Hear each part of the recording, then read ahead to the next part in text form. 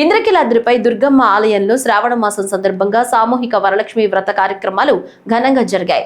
రెండు కళ్ళు సరిపోవు అనే విధంగా వేలాదిగా మహిళా భక్తులు ఒకే చోట కూర్చుని అత్యంత భక్తి శ్రద్ధలతో శ్రీ వరమహాలక్ష్మి అమ్మవారి నోము నోచుకుంటున్న తరుణంలో ఆ ప్రాంతం అత్యంత దేదీప్యమానంగా దర్శనమిచ్చింది.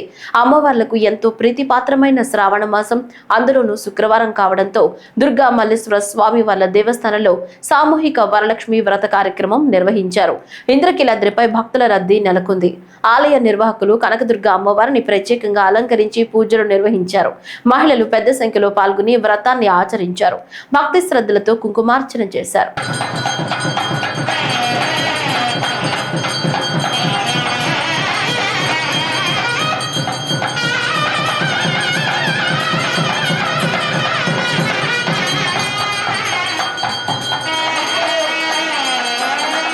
हरीश नंदानामधेस्य उल्लुट्लगोत्रस्य महेशचंद्रनामधेस्य पुत्रनामधेवत्याः वेणुकुलगोत्रोत्याः श्रीशानामधेवत्याः गजानन महाराज की जय।